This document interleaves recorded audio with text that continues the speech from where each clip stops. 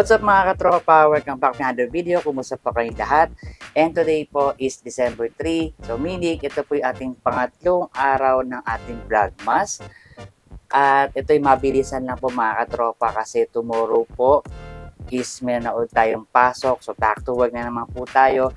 Ngayon, at namiss ko rin po at the same time na gumawa ng mga perfume recommendations. Dahil since malapit na po ang Pasko, for sure, yung iba po sa atin nararamdaman na po yung medyo lamig ng panahon. Hindi man sobrang lamig kagaya sa ibang bansa, pero medyo malamig na naman dito sa Pilipinas. At tamang-tama kasi itong mga fragrances na i-recommend ko sa inyo is magandang gamitin ngayong medyo malamig ang panahon. Kasi bagay na bagay gamitin yung mga tinatawag nilang gourmand o yung mga amoy pagkain ng mga fragrances. Kaya bago tayo magsimula, kung bago ka dito, ako pala si Jay. Gumagawa ko ng mga videos about fragrances. Kaya kung di ka pa nakasubscribe, ano pang natin po ninyo?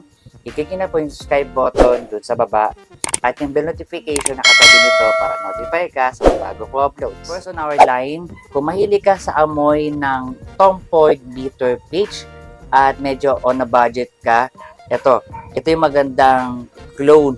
We have here Pamisol Alhambra. We have Bright Peach. Ayan. Maybe for some, ito ay hindi kino-consider as gourmand. Pero nung na-try ko to, para sa akin, pwede siya. Kasi mayroon siyang pagka-vibe ng ice cream. Kapag malamig o nasa air condition ka, malakas mag-projecto. Tapos, pag skin set siya, hindi siya yung tipong skin set na kailangan na ilapit mo siya para maamoy mo. Kasi kahit siguro mga half a meter lang, maamoy ka ng mga tao sa paligid mo. Kaya, it's a different kind of gourmand. Next mga katropa, ito po from Symmetry Labs, yung kanilang inspiration ng Armani Stronger With You Intensely. So, they have their own version ng Stronger With You Intensely. Yan. Ito naman is a burning chestnut na may pagka-vanilla. So, borderline gourmand siya mga katropa. Maganda rin to na gamitin sa malamig na lugar kasi kagaya nung Tom Ford Bright Peach, malakas ito mag-project. Though, hindi lang kasing tagal kagaya ng Bright Peach, pero enough na siya para mapansin ka ng mga tao sa paligid mo. Matagal na sa akin itong mga katropa. Talagang siguro nakailang compliment na ako dito.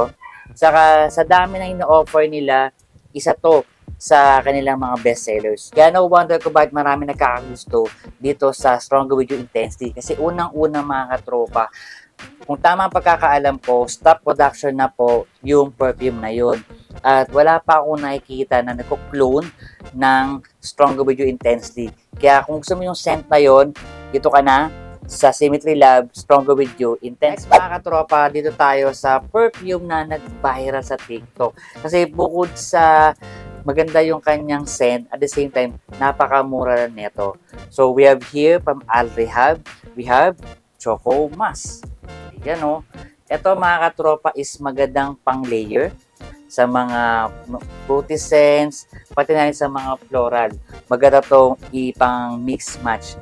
And at the same time, kahit ito lang yung gamitin mo, hindi ito masakit sa ilong. Kasi ito ay well-balanced ng vanilla at chocolate. Kung mahilig ka sa dalawang note na yon at gusto mo ng mura na perfume, dito ka na sa Choco Mask.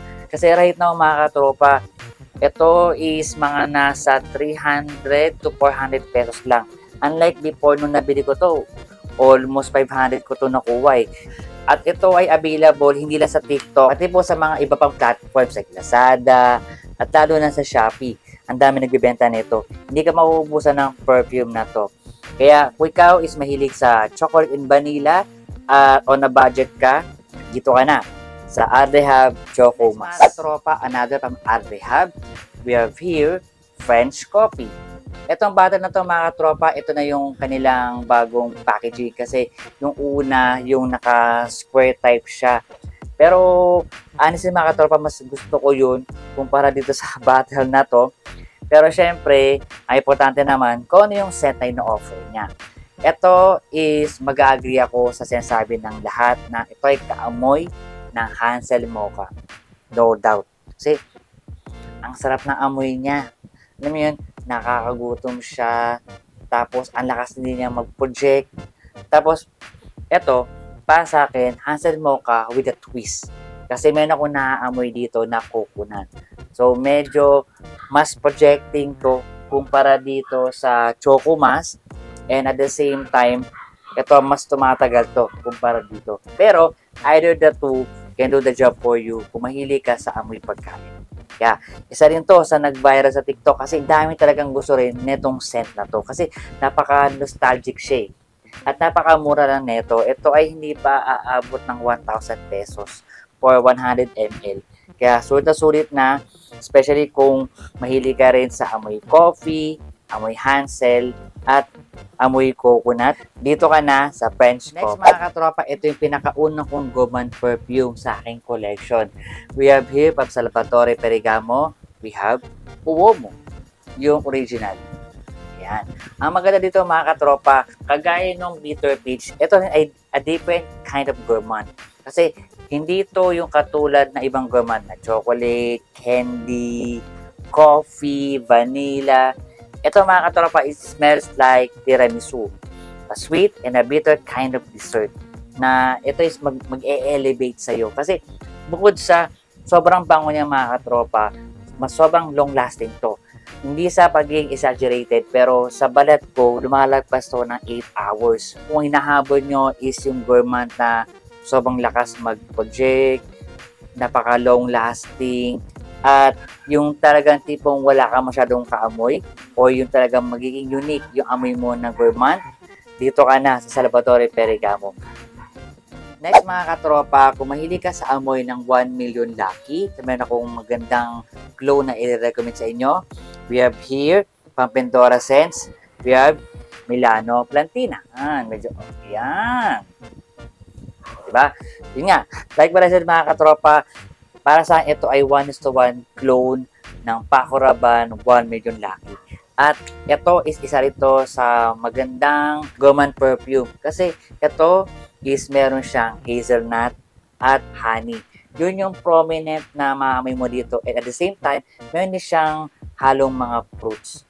Kaya napaka-yummy ng amoy na to.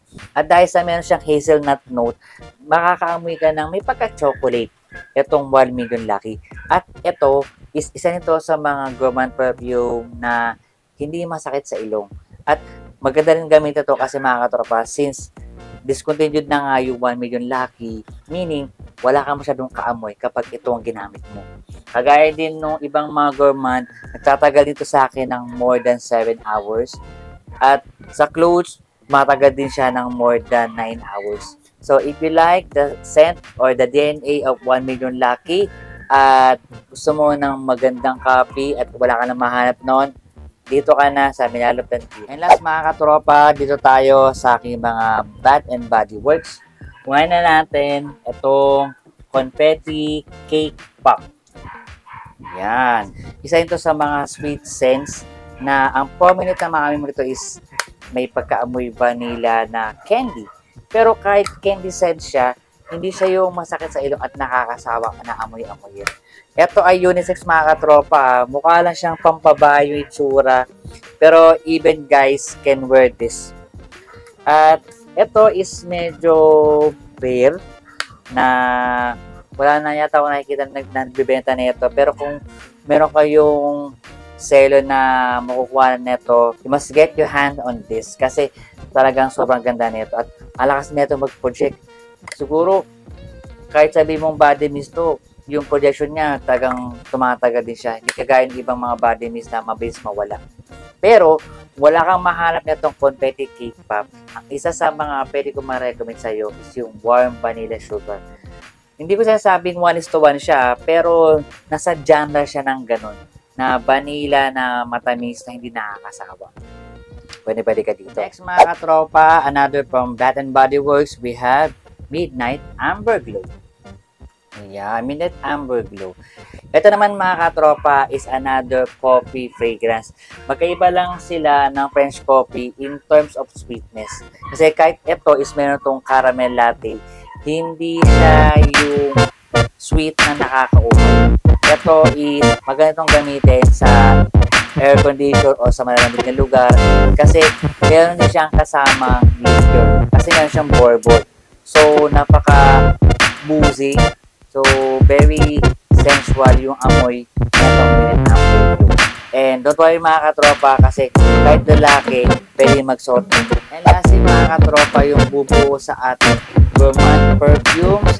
Siyempre, since napag-usapan na natin yung aking mga Bath and Body Works, hindi mawawala sa akin yung chocolate covered cherry.